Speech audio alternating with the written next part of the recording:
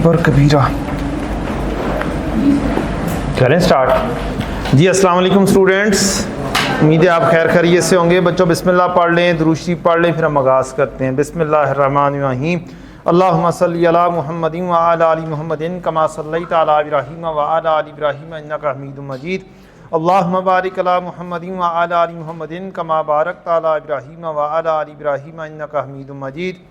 Rabbi इश्रह ली सदरी व यस्सिर ली अमरी वहलुल उक़दतम मिन लिसानी यफ़क़हू क़ौली।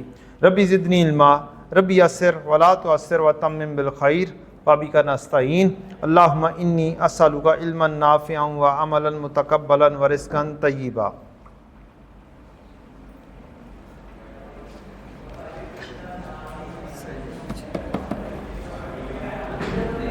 एक फरमाइश आई है बच्चों की,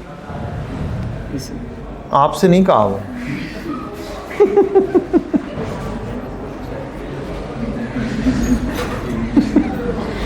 और फरमाइश ये आई है कि एक सवाल दिया था होमवर्क में खालिद एंटरप्राइजेस का, इसको ज़रा 5 मिनट लगाकर डिस्कस कर दिया जाए। रिक्वायरमेंट वही वाले टी अकाउंट्स हैं जो हमें रिक्वायर्ड किए गए थे। एक एक आइटम आपने पिक करनी थी और उसके रेलेवेंट टी अकाउंट में फिट इन करनी थी बस।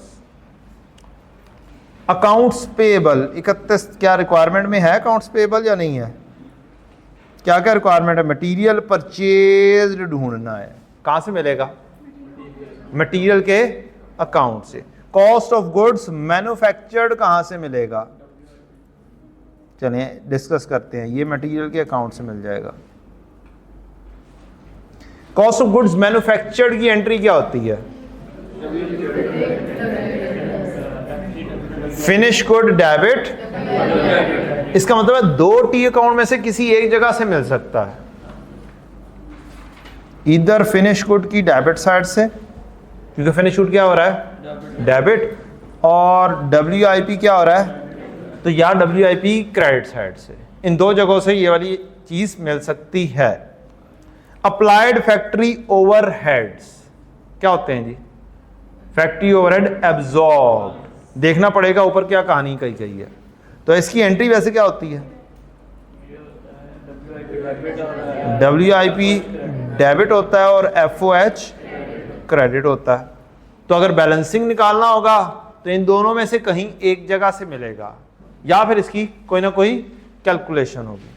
Work in process 31 December 2000 means ये क्या मांग रहा है उसका? CD। मटीरियल यूज्ड ये क्या चीज है? एंट्री क्या होती है? मटीरियल यूज जो किया WIP डेबिट और मटीरियल अकाउंट क्रेडिट जो इशू हुआ, तो ये रॉ मटीरियल की क्रेडिट साइड से भी मिल सकता है और WIP की डेबिट साइड से भी मिल सकता है।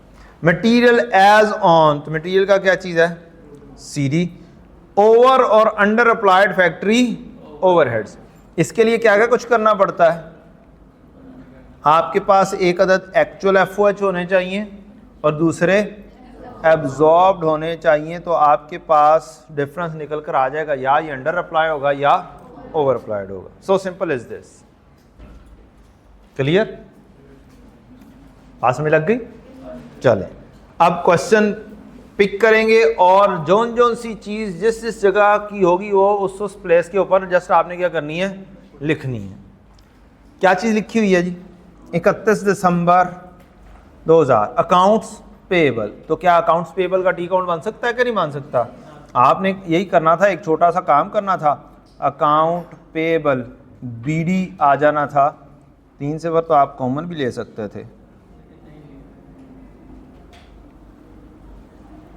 6 के साथ। फिर अगली कहानी work in process.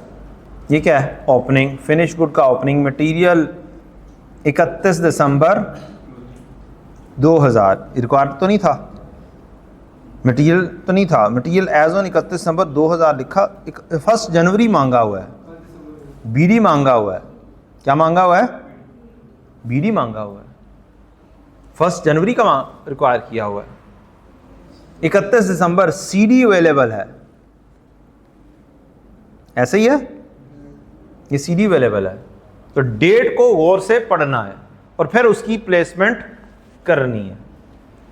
Accounts payable का भी क्या दिया हुआ है आपको, सीडी दिया हुआ है। ये अकाउंट्स पेबल चूंकि नहीं हमने बनाया था इसलिए मैं जस्ट इसको लिख रहा हूँ, बाकी सारी चीज़ें मैं जस्ट टिक करके आपको बता दूंगा। Accounts payable 10।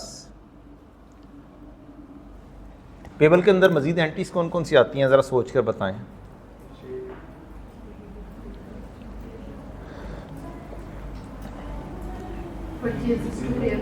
Purchases debit, payable credit, well done.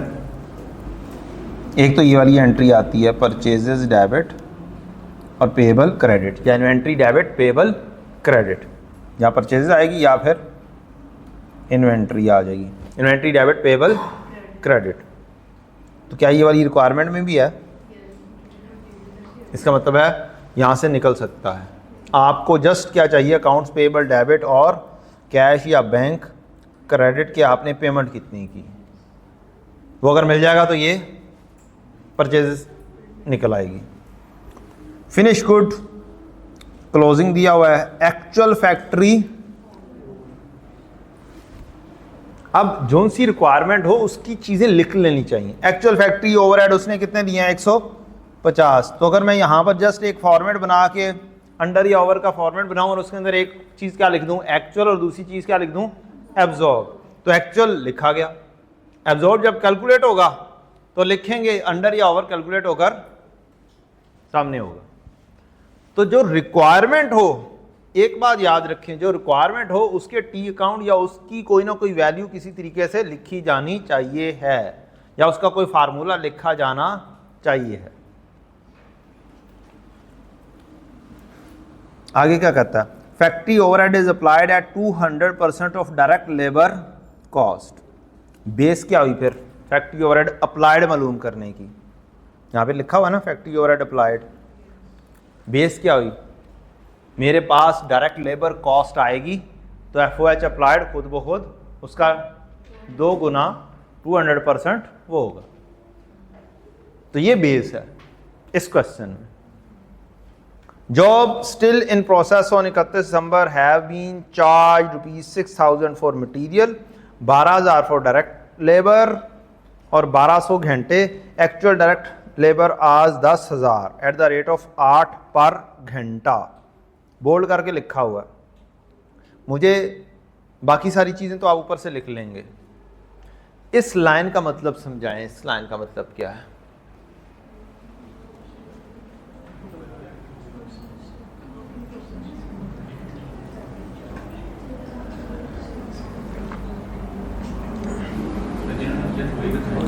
जी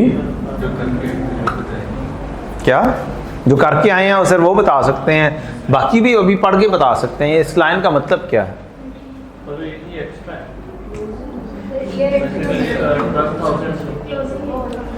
गौर से पढ़ना है। जॉब स्टिल इन प्रोसेस का मतलब ऐसी चीजें जो स्टिल क्या है, अंडर प्रोसेस है। तो इसका मतलब क्या हुआ, वर्क इन प्रोसेस। 31 दिसंबर का मतलब ईयर एंड। ईयर एंड पर जो जॉब्स अंडर प्रोसेस हैं उनके बारे में बताया कि उनसे रिलेटेड जो मटेरियल का खर्चा है ना वो उन पर 6,000 का लग चुका हुआ है। जो डायरेक्ट लेबर का खर्चा है वो कितना लग चुका हुआ है, 12,000 लग चुका हुआ है। और एक ओवरहेड की एप्लीकेशन का रेट हमें दिया हुआ है। तो FOH कितने लग गए होंगे, बोले कुछ ना कुछ लग गए होंगे ना, ठीक है। And 12,000 for direct labour hours, 1200 घंटे। क्या यहां से कोई लेबर का रेट भी मालूम किया जा सकता है 1200 और 12,000 के हिसाब से निकाला जा सकता है, कोई ना कोई रेट भी निकल आएगा। समझ लगी। तो चीजों को जो हिडन चीजें हों, छुपी हुई चीजें हों, उनको जस्ट एक्सट्रैक्ट करना है। क्या मटेरियल की कॉस्ट के अंदर कोई भी आइटम है उसकी कॉस्ट में कितनी चीज़ें आती हैं, मटेरियल, लेबर और फैक्ट्री ओवरहेड एब्जॉर्ब। ये 3-4 चीज़ें आती हैं। डायरेक्ट एक्सपेंसेस क्वेश्चन में है नहीं, लिहाजा वो मैंने बोले नहीं। Otherwise direct material, direct labour, direct expenses और फैक्ट्री ओवरहेड। फैक्ट्री ओवरहेड 3 चीज़ों का मजमूआ, इनडायरेक्ट मटेरियल, इनडायरेक्ट लेबर और इनडायरेक्ट एक्सपेंसेस। लेकिन हमें तो अब्जॉर्ब चाहिए। बोलें फिर क्या किया जाए, क्वेश्चन करने का अंदाज क्या हो?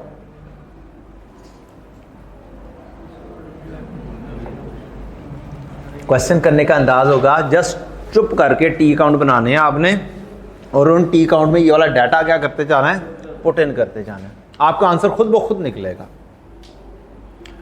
पूरा क्वेश्चन करवाऊं या हाईलाइट करके बता दूं कि ये देखो ये हाँ यहां पर जा रहा है, इट्स अप टू यू। बता दें मैं उस अंदाज से कर दूंगा। लेकिन जब अगर मैं हाईलाइट करके भी बताऊंगा तो भी एक एक चीज कहां कहां पर किस किस तरतीब से लिखी जानी है वो बताऊंगा। सोची पे आते बंदा गया।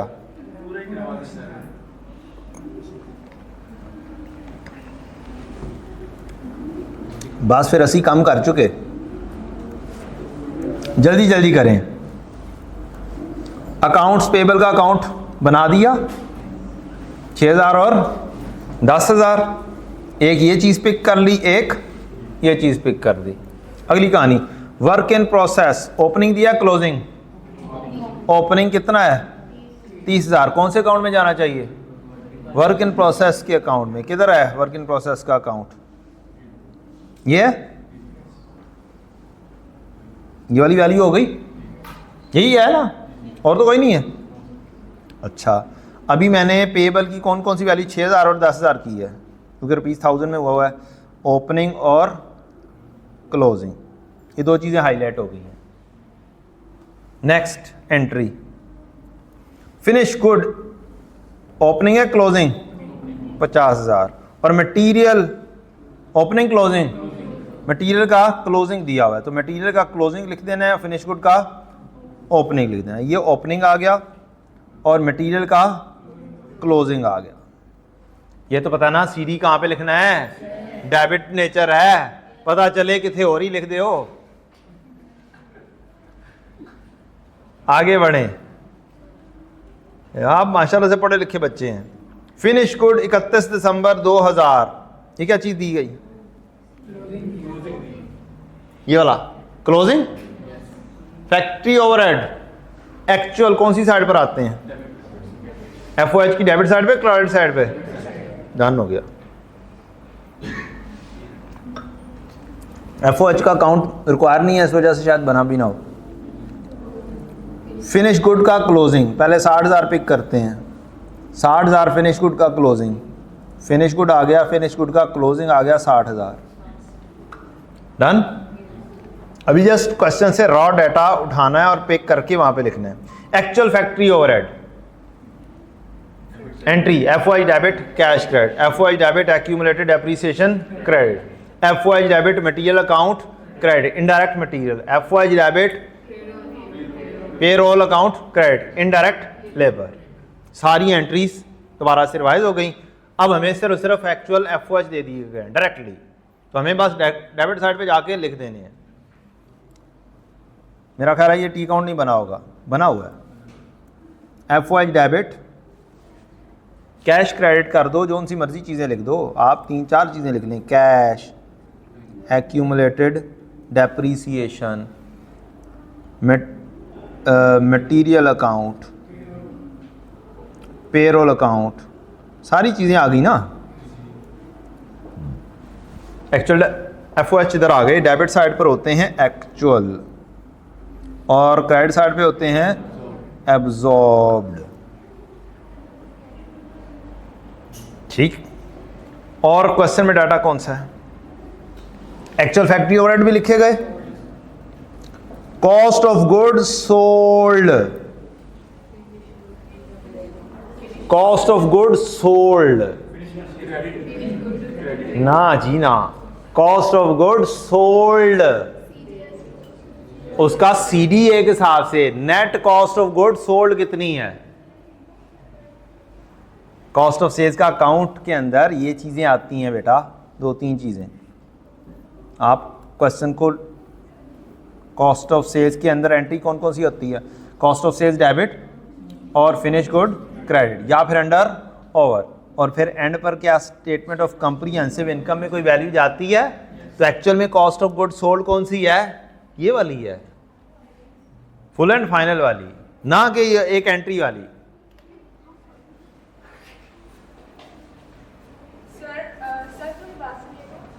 बेटा क्लास पढ़ाने के बाद 1:15 बजे आ जाइएगा मेरे पास।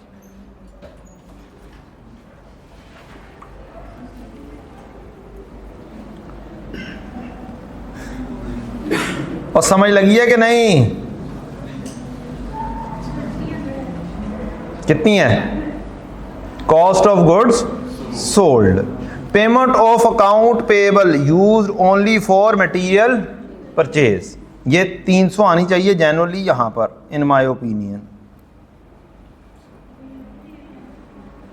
बेचने का खर्चा, कॉस्ट ऑफ गुड्स सोल्ड, क्यों यहां पर आ रहा है, सोचें जरा। क्या क्वेश्चन के अंदर रिक्वायरमेंट आपके पास है कि आपने अंडर या ओवर भी मालूम करना है? जी है, तो 2-3 तरह से अंडर ओवर आ सकता है। एक आपके पास अप्लाइड आ जाएगा तो भी आ जाएगा, ठीक। और फिर यहां पर अगर एक एंट्री आ जाएगी आपके पास, ये 300 गिवन है, तो क्या कॉस्ट ऑफ गुड्स मैन्युफैक्चर्ड भी रिवर्स बैक जाकर आ सकता है, पीछे चलते जाएं तो जो सी चीज अवेलेबल है उसको वहां पर ही लिखना है। चलें, आप फर्ज कर लें कि यहां पर आप दूसरी एंट्री तस्वुर कर रहे हैं, तो भी आप आहिस्ता आहिस्ता उसको लेकर चल सकते हैं और एडजस्ट कर सकते हैं with the new information you get, ठीक। और अगर आप परेशान हैं किसी चीज के ऊपर कि इसका मतलब क्या बन रहा है, इधर दिस वन और दिस वन, तो रुक जाओ, रुको जरा, सब्र करो, इसके ऊपर क्या लगाओ, पेपर पॉइंट ऑफ व्यू से स्टैरिक लगा के फिलहाल पेंडिंग पे रखो, और बाकी चीजों को क्या करो, कंप्लीट करो, आगे लेकर चलो। अगर आप रुक जाएंगे ना और एक कोई सोचते रहेंगे अब मैं इधर लिखूं या इधर लिखूं, इधर लिखूं, ये क्या चीज है, तो फिर पेपर हो चुका। हमने पेपर को विद इन ड्यू टाइम क्या करना है, मुकम्मल करना है। और एक आधी गलती क्या, हमें तो 50% गलती की क्या अवेलेबल है, गुंजाइश अवेलेबल, 50 ना कर कीजिएगा, गुंजाइश अवेलेबल है। तो लगभग हमने 10 मार्क्स तो वैसे ही नहीं करने, या तो आते नहीं है, या परेशानी में नहीं करने, या फिर टाइम मैनेजमेंट से गलती हो गई। तो इसका मतलब क्या हुआ, मार्क्स आपके पास गलती की गुंजाइश बस 40% तक है, हर क्वेश्चन के अंदर है। और पेपर करने का अंदाज ये होता है, एक क्वेश्चन बहुत अच्छा गया 80% मार्क्स, दूसरा क्वेश्चन हो सकता है 40% पे सॉल्व हो रहा हो, एवरेज क्या आ जाएगी, 50% प्लस एवरेज निकलनी चाहिए। आपको अगर 2 मार्क्स भी किसी क्वेश्चन में से मिलते हैं ना 10 में से, तो भी वो निकालने हैं। 48 और 50 में कितना फर्क होता है, 2 मार्क्स का फर्क। पेपर पास करने का तरीका कार ये होता है, स्टूडेंट फेल वो होता है जो ये वाले मार्क्स, इजी मार्क्स अचीव नहीं करता। बस आपने कोई क्वेश्चन खाली नहीं जाने देना, चाहे 2 मार्क्स उसमें से अचीव हो रहे हैं, आउट ऑफ 10 20% जाले मिल रहे हो। चलें जी, मैंने आपके कहने पर you are confuse a bit, और मुझे पेपर भी करना सिखाना है आपको, तो क्या करूं, इसको थोड़ी देर पेंडिंग, चीज अल्टीमेटली आपको चीज मिल जाएगी, कौन सी जगह पे रखनी है। पहले चीजों को फिट इन करो, जो सी चीजें सही होती जा रही है उसको उस प्लेस के ऊपर लिखते जाओ, जिस पे कंफ्यूजन है उसको पेंडिंग करते जाओ, फिर स्टेप बाय स्टेप चलो आगे। Payment of account payable used only for material purchase, क्या एंट्री होगी, पेबल में से पेमेंट की है, पेबल डेबिट और बैंक या कैश क्रेडिट, कितने 35 पेमेंट कर दें, ये 35 की पेमेंट हो गई, कहां पर जाएगी, पेबल के अकाउंट में, कैश पेड 35 हो गई। अब आगे बढ़ो, factory overhead is applied at 200% of direct labour cost, it means you need direct labour. आपको क्या चाहिए, ऊपर कोई डायरेक्ट लेबर आई है कहीं पर?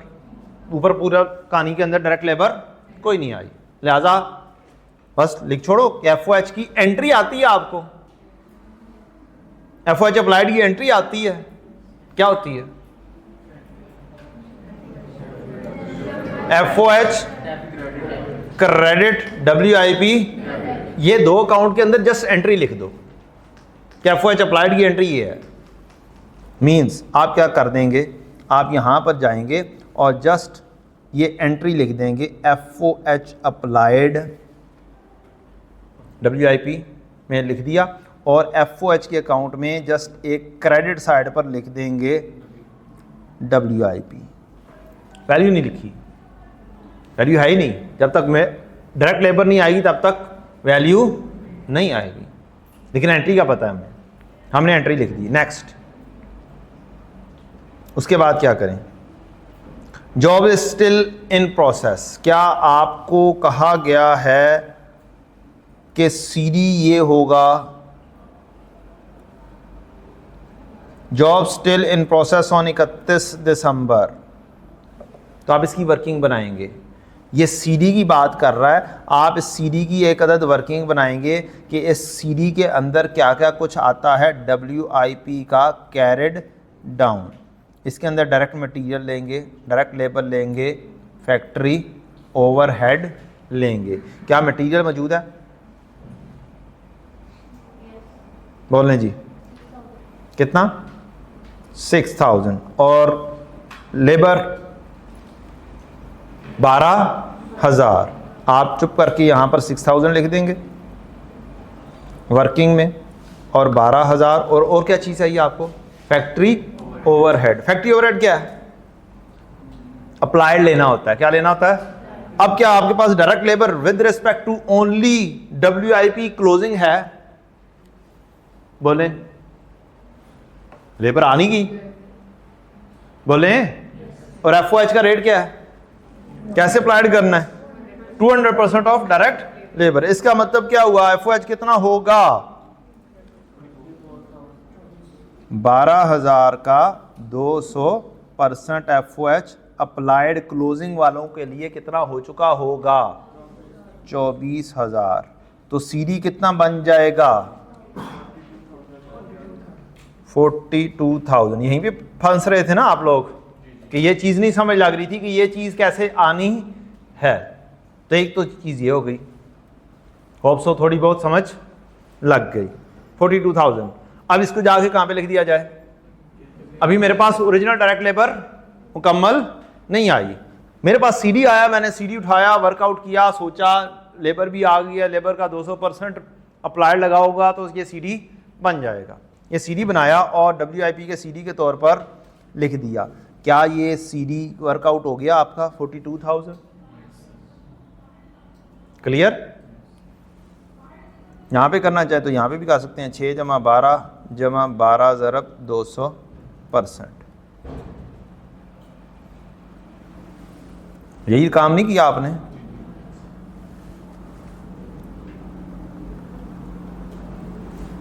अब नज़र आ गया? कुछ लोगों को नज़र नहीं आ रहा था। तो जैसे मर्जी वर्किंग कर दें, यहाँ पर वर्किंग करनी है यहाँ पे कर लें, अलहदा से वर्किंग करना चाहते हैं अलहदा से वर्किंग कर लें। 42,000 आ गया। एक एक चीज़ आहिस्ता आहिस्ता क्या हो रही है? वर्कआउट हो रही है। इससे आगे पढ़ो, ये कितने घंटे हैं?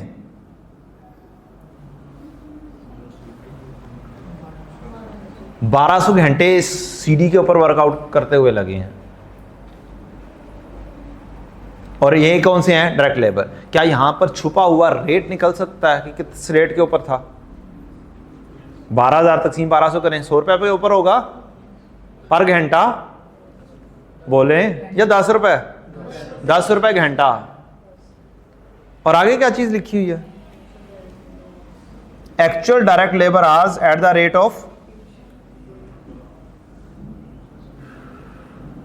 10,000 एट द रेट ऑफ 8 पर घंटा। उसके अंदर 1200 था, इसके अंदर 8 के ऊपर चल रहा था।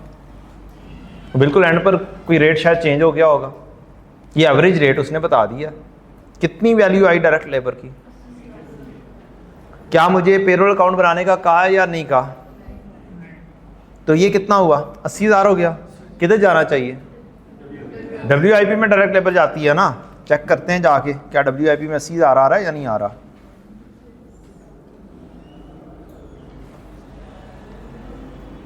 आ गई कहानी?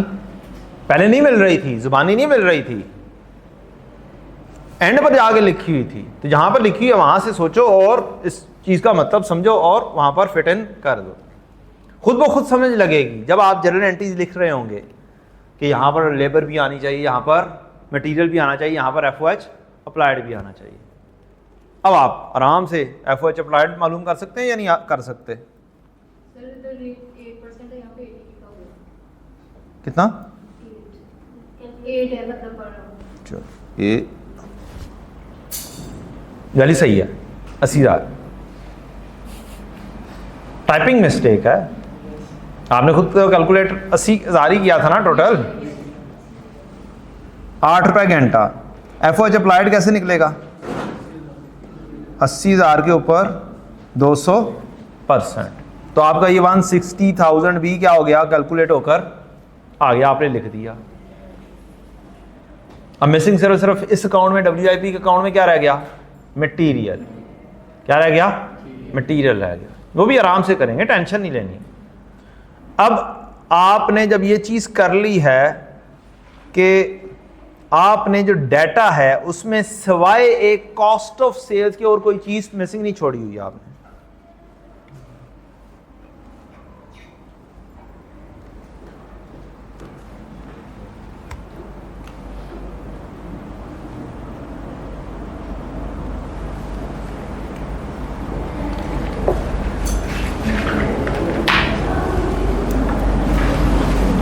आ रहा है ना नजर? अभी तक क्या चीज मिसिंग है? जो पुट इन नहीं की हुई वो कौन सी है? और उसके ऊपर क्या लगा हुआ है? स्टार लगा हुआ है। और आपको याद होना चाहिए जब पेपर कर रहे हो तो मैंने कौन सी चीज पेंडिंग छोड़ी हुई। बाकी एक एक चीज करके क्या करते चले जा रहे हैं। कोई 2 चीजें भी मिसिंग रह जाए कोई टेंशन नहीं लेनी। आपने चीजों को कैलकुलेट करना शुरू कर देना, एनालाइज करना है और कैलकुलेट करना शुरू कर देना है। कौन सी चीज से कहां से कौन सी वैल्यू मालूम हो सकती है। क्या मटेरियल परचेज पेबल के अकाउंट से आ सकता है या नहीं आ सकता? बोले आ सकता है ना।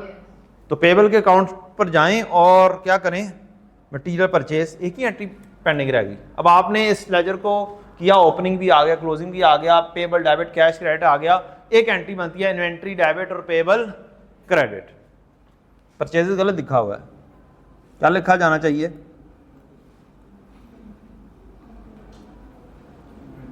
इन्वेंट्री मटेरियल या मटेरियल अकाउंट।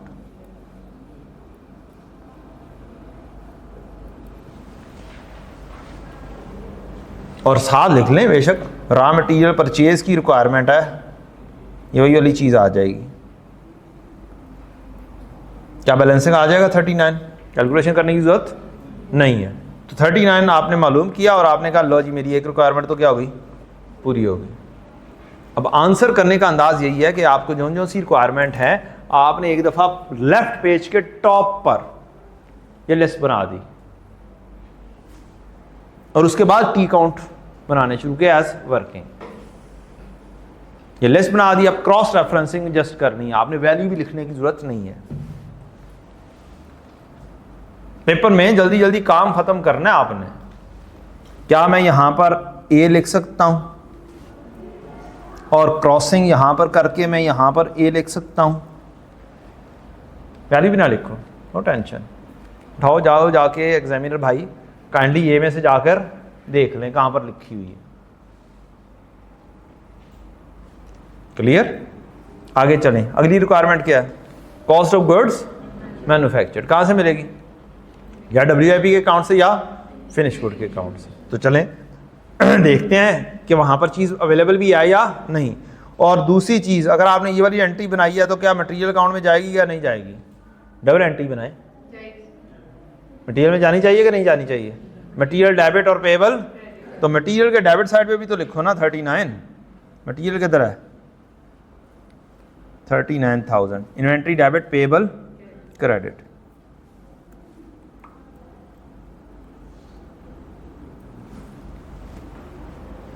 ठीक, अभी आप समझे कि आपको कुछ नजर नहीं आ रहा यहां पर, ना तो ये वाली वैल्यू नजर आ रही है ना ही ये वाली वैल्यू नजर आ रही है, कुछ नहीं लिखा हुआ।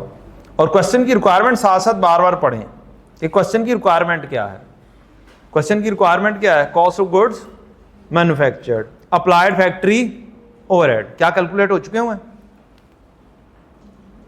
अप्लाइड फैक्ट्री ओवरहेड कैलकुलेट कर दिए हुए कि नहीं किए हुए?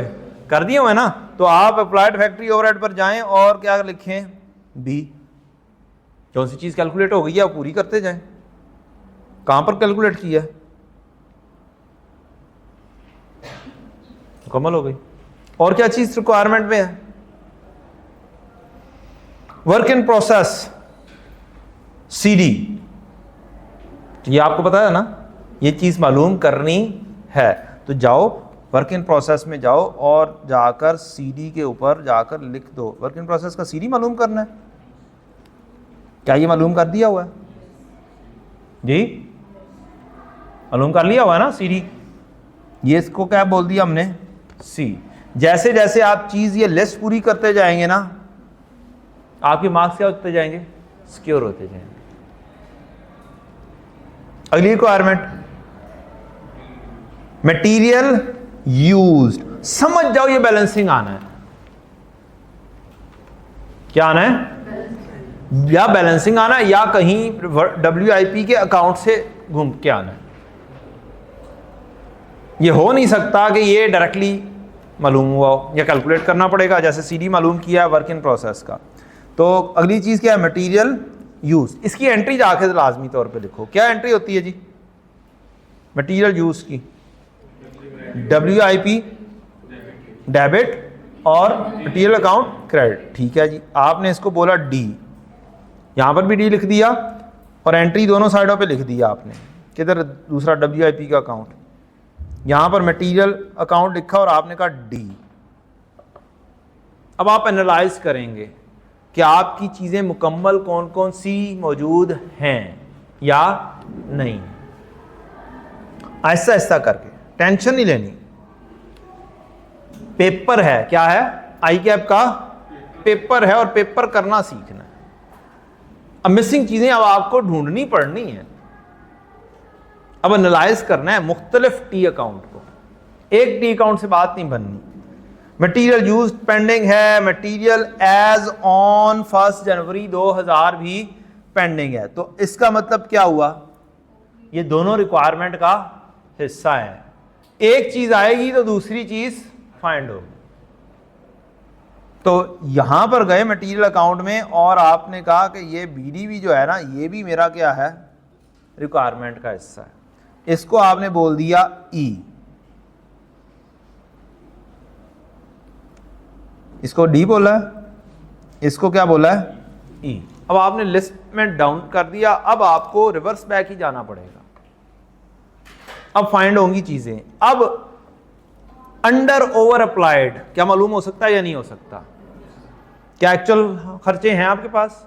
अप्लाइड भी हैं। यहां पर जाएं, FOH के अकाउंट में जाएं और देखकर बताएं कि अंडर अप्लाइड या ओवर अप्लाइड। 150 डेबिट साइड पर और अप्लाइड 160 क्रेडिट साइड पर। सोच लें, FOH एंट्री क्या बन रही है? FOH डेबिट और कॉस्ट ऑफ सेल्स, यही एंट्री होती है ना। FOH डेबिट है और कॉस्ट ऑफ सेल्स क्रेडिट। और ये क्या हो गए? अप्लाइड ज्यादा है, एक्चुअल कम है, तो ये क्या हो गए? Over applied. तो जब आपने ये चीज मालूम की, इसको बोले यहीं पर ही क्या चीज? F। ये कैलकुलेट हो गया एज अ बैलेंसिंग अमाउंट और इसको रेफर करें F के अंदर। अब आपकी चीजें 10,000 पूरा हो चुका, मटेरियल परचेज पूरा हो गया, FOH अप्लाइड पूरा हो गया और वर्क इन प्रोसेस पूरा हो चुका हुआ। बाकी चीजें अभी क्या हैं? Pending. Cost of goods manufactured नहीं आया अभी, मटेरियल यूज्ड नहीं आया, मटेरियल ओपनिंग नहीं आया। रिवर्स चलेंगे। अब कहानी आएगी कॉस्ट ऑफ सेल्स की। क्या आएगी? क्या कॉस्ट ऑफ सेल्स की रिक्वायरमेंट मौजूद है कि कॉस्ट ऑफ सेल्स इतनी बनाओ?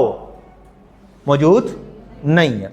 तो अब आप जब कॉस्ट ऑफ सेल्स के अंदर सोचो थोड़ा सा कि आपने अकाउंट बनाया हुआ है कॉस्ट ऑफ सेल्स का, अभी एक एंट्री बनाई है आपने, cost of FOH debit, cost of sales credit, यहां पर आपने बनाई है 10,000 की।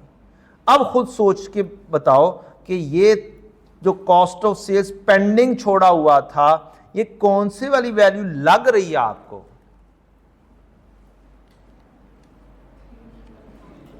सर्च के बताएं। अब सोचें कौन सी वाली वैल्यू लग रही है? ये कॉस्ट ऑफ गुड्स मैन्युफैक्चर्ड वाली लग रही है या ये वाली लग रही है? बोल लें। ये वाली एंट्री बनाई ना आपने, अब सोचकर बताएं जो पेंडिंग छोड़ी थी ये 3 लाख रुपया, ये वाली वैल्यू लग रही है कॉस्ट ऑफ गुड्स मैन्युफैक्चर्ड? ये तो कॉस्ट ऑफ गुड्स मैन्युफैक्चर्ड है ना? अच्छा, ये सोल्ड ही है, सेल की हुई है, जो सी चीजें आपने बेच दी, प्रोडक्ट कॉस्ट। अब ये वाली 3 लाख वाली वैल्यू लग रही है या ये वाली 3 लाख है? खुद सोचकर बताएं। रिवर्स कैसे पहुंचोगे WI फिनिश गुड के अकाउंट में? फिनिश गुड का अकाउंट बनाया हुआ है, फिनिश गुड ओपनिंग क्लोजिंग मौजूद है। अब फिनिश गुड भी देखो जरा, फिनिश गुड में कौन कौन सी चीजें मौजूद हैं? एक ओपनिंग है, एक क्लोजिंग है, बस जो अभी आपने लिखा हुआ है। 2 एंट्रीज इसमें मजीद लिखनी है आपने, एक कॉस्ट ऑफ सेल्स डेबिट और इन्वेंट्री क्रेडिट, और एक फिनिश गुड डेबिट और WIP credit, cost of goods manufactured. अब सोचकर बताओ, कॉस्ट ऑफ 2 चीजें एनालाइज करो। क्या करो? 2 चीजें एनालाइज करो। ये कॉस्ट ऑफ गुड्स मैन्युफैक्चर्ड ये भी पेंडिंग है आपके पास, जो फिनिश गुड में एंट्री जा रही है, और एक मटेरियल अकाउंट भी पेंडिंग है। कौन सी चीज पहले आएगी तो दूसरी चीज आएगी?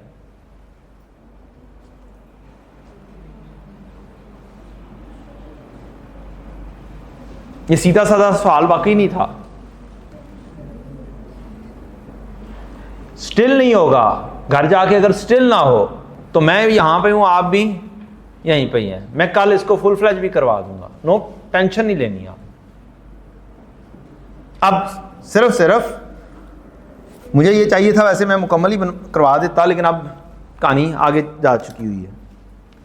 चलें, पेंडिंग क्या चीज़ है? आपके सामने ये चीज़ नज़र नहीं आ रही, 1 मिनट, ये वाली चीज़ नज़र नहीं आ रही। अब बताएं, एक ये वाला लेजर है, कौन सा लेजर? एक WIP का लेजर पेंडिंग है, जो सी चीज़ आपको एक ये चीज़ मालूम करनी थी, एक CD मालूम करना था इस लेजर से, ये दोनों चीज़ें, ये चीज़ पेंडिंग है। अब सोचकर बताएं, ये चीज़ आपने रिक्वायरमेंट का हिस्सा है, ये बैलेंसिंग आएगा या ये बैलेंसिंग आएगा? सोचें, रिक्वायरमेंट वाली चीज़ बैलेंसिंग आएगी या दूसरी चीज़ बैलेंसिंग आएगी? मटीरियल बैलेंसिंग आएगा। रिवर्स जा रही है कहानी सारी, ये बैलेंसिंग आएगा, इसका मतलब है you need to find this. ये कहां से आएगी? इससे अगले अकाउंट से। इससे अगला अकाउंट कौन सा है? Finish good. अब आके फिनिश गुड को एनालाइज करें। फिनिश गुड के अंदर ये वाली चीज बैलेंसिंग अगले लेजर में जानी है। किस में जानी है?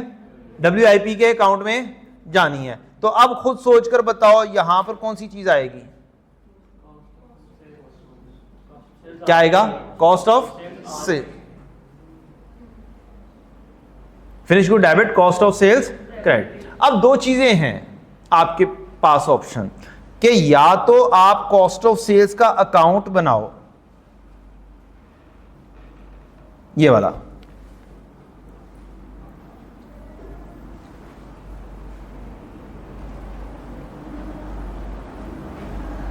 यहां पे बनाया हुआ है या नहीं बनाया हुआ? कॉस्ट ऑफ सेल्स का अकाउंट सॉल्यूशन में देख लेते हैं। यहां पे कोई टेंशन वाली बात नहीं है। क्या मैंने ये कहा कि मैं क्या बोल रहा हूं जी, यहां पर 3 लाख होना चाहिए मेरे ओपिनियन में। क्या होना चाहिए? 3 लाख यहां पे होना चाहिए। तो फिर ये वाली वैल्यू क्या हुई? फिनिश गुड ये वाली क्या बनेगी, बोलें 3 लाख। ठीक है, अब आप आ जाएं 3,10,000। ये वाली वैल्यू कहां पर जाएगी, कहां पे जाएगी, फिनिश गुड में। फिनिश गुड में कौन सी जगह पर, यहां पर, यहां पे आ जाएगी एज आ। यहां से ये बैलेंसिंग आया, ये 3,10 आ गई। अब ये क्या बनेगी, बैलेंसिंग कितनी बनी, टेंशन नहीं लेनी, आगे बढ़ते जाएं। 360 माइनस 50, 370 माइनस 50, 320। ये 320 की एंट्री आ गई फिनिश गुड डेबिट और WIP क्रेडिट। आगे चले, यहां पे क्या बनेगा, 3,20,000। 3,10 कैसे बन रहा है, उसको छोड़ दें, उसको छोड़ दें, जो कहानी उसके ऊपर लिखी हुई है। मैं क्या बोल रहा हूं, मैंने ये वाली चीज कंसिडर की है, कॉस्ट ऑफ सेल ये वाली दी हुई है, क्या दी हुई है, तो फिर ये बैलेंसिंग कितना बना, 3,10। ये 3,10 कहां पे जाएगा, फिनिश गुड में, यहां पर, यहां से बैलेंसिंग ये क्या बनेगा, 320। 320 बना, 320 कहां पर जाएगा, WIP के अकाउंट में 320। अब बताएं मटेरियल कितना बनेगा,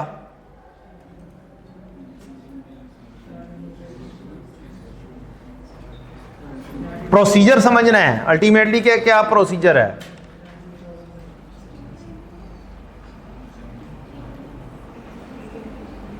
तीन 20 जमा 42, 3,62, 92,000। ये 92,000 कहां पर जाएगा, मटेरियल के अकाउंट में। मटेरियल के अकाउंट में किधर, मटेरियल का अकाउंट किधर गया, ये क्या चीज आएगी यहां पर, और फिर ये बैलेंसिंग क्या आएगा, 68,000 क्या आएगा। अब मुझे बताएं कि आप, मैंने सारे आंसर चेंज कर दिए, सारे आंसर चेंज कर दिए, मुझे मार्क्स कितने मिलेंगे, मुझे सारे के सारे मार्क्स मिलेंगे, मेरा एक मार्क्स भी नहीं कटेगा। कैसे भला, प्रोसीजर कंप्लीट किया है। अंडरस्टैंडिंग का फर्क कहां पर आ रहा है, कॉस्ट ऑफ सेल्स वो वाली चीज गिवन की हुई है जो एक्चुअल में फाइनल कॉस्ट ऑफ सेल है, या वो वाली चीज है जो फिनिश गुड से ट्रांसफर होके जा रही है, सिर्फ इसका फर्क है ना। तो अगर मार्क्स के अंदर कोई कंफ्यूजन क्रिएट होगी तो कौन सी जगह पे क्रिएट होगी, सिर्फ और सिर्फ इस जगह पर क्रिएट होगी, इधर दिस और दिस। बाकी सारी चीजों के मार्क्स कितने होंगे, पूरे मुकम्मल मिलेंगे। बात समझ लगी है। तो चीज फंसे हुए थे, इन माय ओपिनियन आज भी इस वक्त खड़े हुए मैं सही कर रहा हूं, उसमें थोड़ा बहुत क्या है, कंफ्यूजन है, अब दूर करनी है। कैसे करें, क्या आपको आई कैप में बैठकर आंसर नजर आ रहा होगा, क्वेश्चन इज दिस, क्या आई कैप में बैठ के आपको आंसर नजर आ रहा होगा। यू नीड ईदर कॉन्सेप्ट और जस्ट एक रटा कि अच्छा ये चीज होगी, आपको क्या चाहिए, कॉन्सेप्ट चाहिए। अब आगे ये चीज क्या कॉन्सेप्ट अप्लाई हुआ है, अब आप यहां पर लिखेंगे it is assume that cost of sales balance is the balance transfer to statement of comprehensive income। और जेन्युइनली यही कॉस्ट ऑफ सेल्स बनता है, वो जो बुक के अंदर आंसर में लिखा हुआ वो जेन्युइनली कॉस्ट ऑफ सेल्स नहीं है, ये वाला है cost of sales. So apply that method.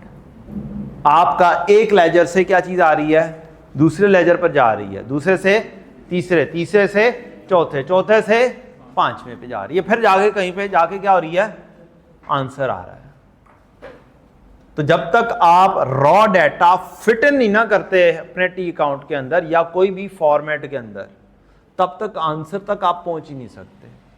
आप अगर जुबानी एक ही चीज इकट्ठी करने की कोशिश करेंगे ना, यार मैं पहले पेबल मालूम कर दूं, फिर मैं ये वाली चीज मालूम कर दूं, फिर मैं ये वाली चीज मालूम कर दूं, फिर हो ही नहीं सकता, सवाल ही नहीं पैदा होता। CMA इज अ इंटरलिंकिंग, एक चीज से दूसरी चीज मालूम होगी, दूसरी से तीसरी, तीसरी से चौथी, चौथी से पांचवी, और कर कौन पाएगा? जिसका कॉन्सेप्ट है। और स्टेप्स के मार्क्स हैं, किसके? स्टेप्स के मार्क्स हैं, आपके एक वैल्यूज के मार्क्स जरा से भी नहीं। पता नहीं कितनी वैल्यूज देखनी पड़ती है चार्टर्ड अकाउंटेंट को, हर बंदे का आंसर फर्क होता है। किसी ने कोई चीज मिसिंग की होती है, किसी ने कोई चीज मिसिंग की होती है, किसी ने कोई चीज मिसिंग की होती है। और अगली कहानी, ये स्टेप्स के मार्क्स लेने का तरीकाकार ये है कि मुझे अगर एक चीज नहीं कैलकुलेट करनी आ रही ना, मैं चुप करके अज्यूम कर लूंगा। फॉर एग्जाम्पल, यहां पर आपकी एक वैल्यू थी CD जो कॉम्प्लिकेटेड था ना? WIP का CD क्या था? थोड़ा कॉम्प्लिकेटेड था, आपको नहीं आता था। पेपर में मार्क्स लेने का तरीकाकार, ये नहीं आएगा तो ये चीज आएगी, नहीं आएगी ना, बाकी चीजें भी रिवर्स बैक से आना है, नहीं आएंगी। नहीं आ रहा, क्या करो? चुप करके अज्यूम करो। यहां पर तो शायद TA पेपर चेक कर रहा होगा, तो शायद इतनी उसकी अहलियत नहीं है, या वो इतना सारा ड्रिल डाउन करके चेक नहीं कर सकता। लेकिन जो ICAP में बैठा हुआ पे मार्क्स, वो पैसे ले रहा होगा, चार्टर्ड अकाउंटेंट, क्या उसकी अहलियत होगी? होगी ना। तो यहां पर आप क्या कर सकते थे? अजम्पशन ले लेते, कोई भी अजम्पशन, एनी वैल्यू, 50,000, 40,000, 32,000, 6 जमा 12 कितने होते हैं? 18 जमा समथिंग 25,000, कुछ भी वैल्यू ले लेते। ये वाली वैल्यू थी, आ जानी थी, लिखी जानी थी, और साथ क्या लिख देना था? एज्यूम्ड। क्या लिख देना था? एज्यूम्ड। अब अगर ये वाली वैल्यू 32,000 अज्यूम कर देते या 30,000 अज्यूम कर देते, तो क्या ये वाली वैल्यू वही आनी थी जो अभी आ रही है? तो क्या आपको क्या मार्क्स कट जाने थे? नहीं कटने थे। मार्क्स कटने थे तो किसके? सिर्फ और सिर्फ इसके। This is how easy to pass CA। हम लोग क्या करते हैं? हम लोग फेल होने की रीजन, हम लोग कहते हैं ऐ नहीं थे फिर असी खेड़ना भी नहीं, ये तो हो ही नहीं रहा हमसे, ये तो समझ नहीं लग रही। तो जब हम ये वाले शार इस्तेमाल करते हैं ना, तो इजी मार्क्स, छुपे हुए इजी मार्क्स क्या करते हैं? थ्रो अवे करते हैं। जब आप छुपे हुए इजी मार्क्स थ्रो अवे करते हैं ना, पेपर की एक डिफिकल्ट एडजस्टमेंट की वजह से, तो तब क्या होता है? इजी क्वेश्चन में से मार्क्स जब गए, तो मुश्किल में से कहां से आने हैं? तो आपने वैसे ही छोड़ देना। बात समझ लग गई है?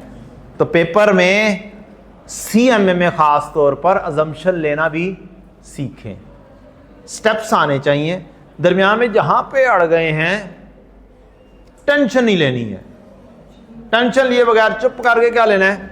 अजम्पशन लेनी है, और अजम्पशन लेके आगे क्वेश्चन को ले चलना है। दूसरी मिसाल, आप फंस गए, आपको नहीं समझ लगी लेबर को कैसे डील करना है, तो लेबर कहां पे आना है?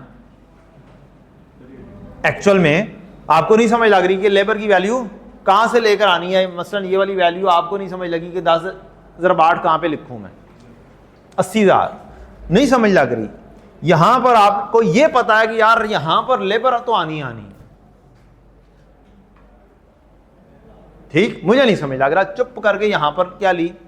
अजम्पशन ली, साल लिख दिया अज्यूम, इसकी वैल्यू के मार्क्स कट जाएंगे।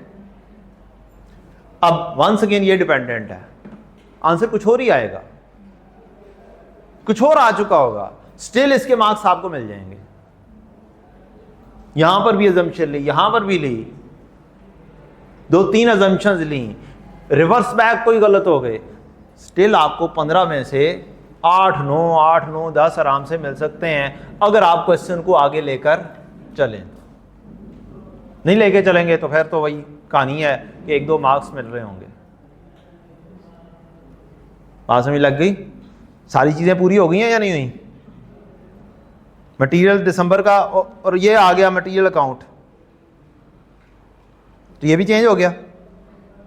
अब क्या इसके मार्क्स नहीं मिलेंगे? बीकॉम नहीं है खुदारा, बीकॉम नहीं है। बीकॉम होता तो क्या होना था? बीकॉम होता, एमकॉम होता, मास्टर्स होता, तो उन्होंने बस ये वाली वैल्यूज देखनी थी, ठीक हैं या गलत। गलत है तो आंसर गलत, सही है तो आंसर सही, वर्किंग है या नहीं, चाहे नहीं है। वहां पर ये था। और वहां पर तो क्वेश्चन भी खैर वही वाले होते हैं जो आपने क्लास में किए होते हैं। This is how easy to do masters, BCom etcetera etcetera. वहां पे तो कॉन्सेप्ट की कहानी नहीं होती। सुकून है। अब घर में बैठ के सवाल कर सकते हैं, अब दोबारा से कर लीजिएगा, ठीक है?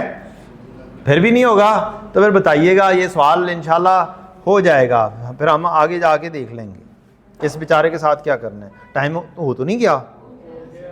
ओ नहीं, अभी बड़ा 10 मिनट में मैंने पता नहीं क्या कुछ बातें कर जानी है।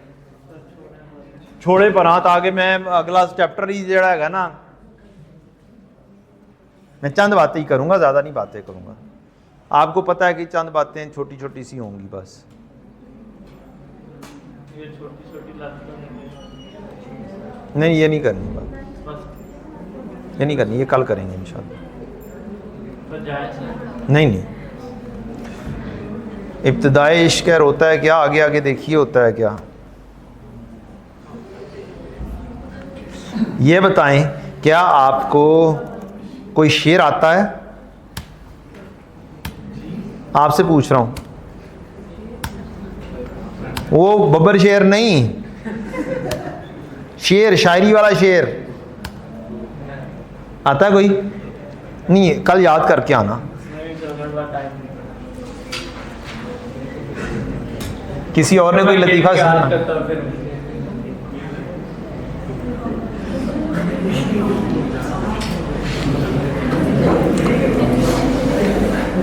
चंद ये छोटी छोटी सी बातें हैं, जस्ट डिस्कस करनी है और कुछ भी नहीं है। असल चैप्टर अब कल शुरू होगा। ये बताएं, नहीं छोटी छोटी सी बातें हैं, कोई लंबी चौड़ी कहानी नहीं है। ये बताएं, पीरियड कॉस्ट और प्रोडक्ट कॉस्ट का डिफरेंस का पता चल गया हुआ है कि नहीं? क्या होता है?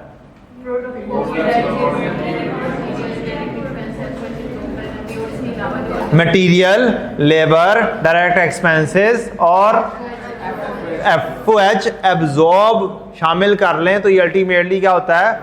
प्रोडक्ट कॉस्ट का पार्ट बनता है।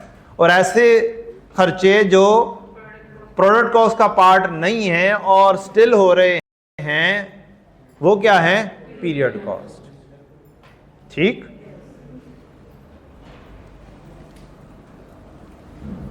मैन्युफैक्चर्ड कॉस्ट इज बेसिकली क्या है? Product cost. जब ये बिक जाती है और हम एंट्री पास कर रहे होते हैं फिनिश गुड में, finish good debit, WIP credit. अगर ये सेल आउट हो जाती है तो एंट्री क्या हो जाती है? Cost of sales debit. और अगर ये अनसोल्ड रहती है तो क्या होता है? CD होता है। क्लोजिंग में पड़ा होता है। क्लोजिंग कहां पे जाता है? स्टेटमेंट ऑफ फाइनेंशियल पोजीशन में चला। तो ये प्रोडक्ट कॉस्ट है।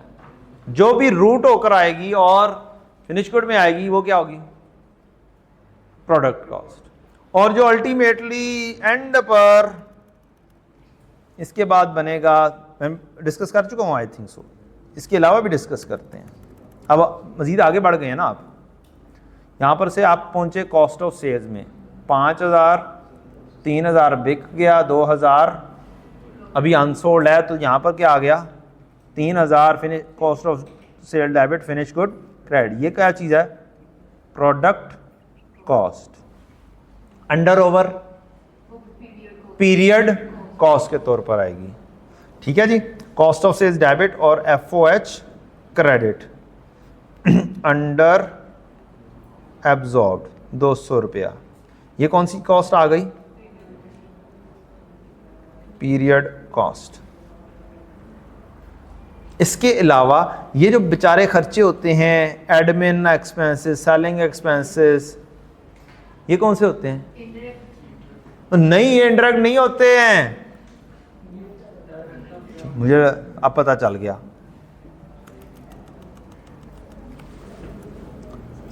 Cell less cost of sales, ये आपका आया 3200। इसके अंदर मेजरली क्या है, प्रोडक्ट कॉस्ट है मेजरली, ऐसे ही है। अब ये वाली चीजें आपने से 9000 की सेल आउट की, जीपी कितना कमाया 6200। इसमें से कुछ और चीजें लेस करनी होती हैं या नहीं करनी होती हैं, एडमिन एक्सपेंसेस, सेलिंग एक्सपेंसेस। तो ये एडमिन या सेलिंग ये किससे बिलोंग करते हैं, किसी पीरियड से या प्रोडक्ट से रिलेट कर रहे हैं, ये किसी पीरियड से बिलोंग कर रहे हैं। तो ये वाले खर्चे जो हैं ये हैं तो खर्चे ही ना, तो ये कौन सी है कॉस्ट हैं, ये पीरियड कॉस्ट है। Admin expenses, selling expenses, financial expenses.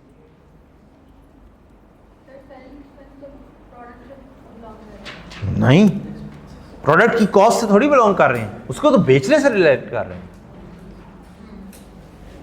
जनवरी में बिकेंगे तो जनवरी में खर्चे आएंगे, फरवरी में बिकेंगे वो फरवरी के खर्चे होंगे, ठीक है, वो किसी पीरियड से बिलोंग करेंगे।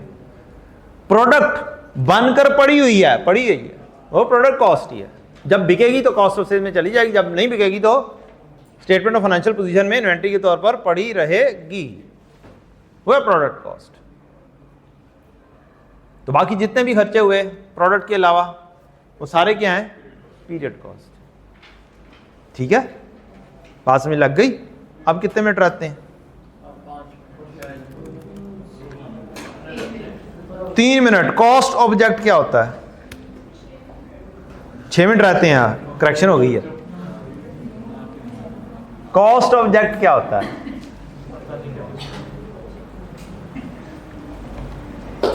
ये क्या चीज है, चाय का कप। अगर मुझे इस चाय के कप की कॉस्ट मालूम करनी होगी तो ये क्या होगा, कॉस्ट ऑब्जेक्ट। ये क्या है, अगर मुझे इस बुक की कॉस्ट मालूम करनी होगी तो ये क्या होगा, कॉस्ट ऑब्जेक्ट। डन। ये क्या है, बोतल। अगर मुझे इसकी कॉस्ट मालूम करनी होगी तो ये क्या होगा, कॉस्ट ऑब्जेक्ट। और अगर मुझे सीएमए की क्लास जो हो रही है इसकी कॉस्ट मालूम करनी होगी तो ये क्या होगी, सीएमए की क्लास कॉस्ट ऑब्जेक्ट। तो लाजमी ये प्रोडक्ट से रिलेटेड नहीं है। अगर मुझे देखना हो कि इस कमरे जिसमें ये क्लास हो रही है इसकी कॉस्टिंग क्या पड़ रही है तो ये कमरा क्या होगा, कॉस्ट ऑब्जेक्ट। तो जिसकी भी आपको कॉस्टिंग करनी है जिस भी चीज की वो क्या है, कॉस्ट ऑब्जेक्ट है, ठीक है। It's not belong to only a product. जिसकी भी मालूम करना चाहते हैं कॉस्ट, वो क्या है, कॉस्ट ऑब्जेक्ट है। जाओ शाबाश, छुट्टी करो।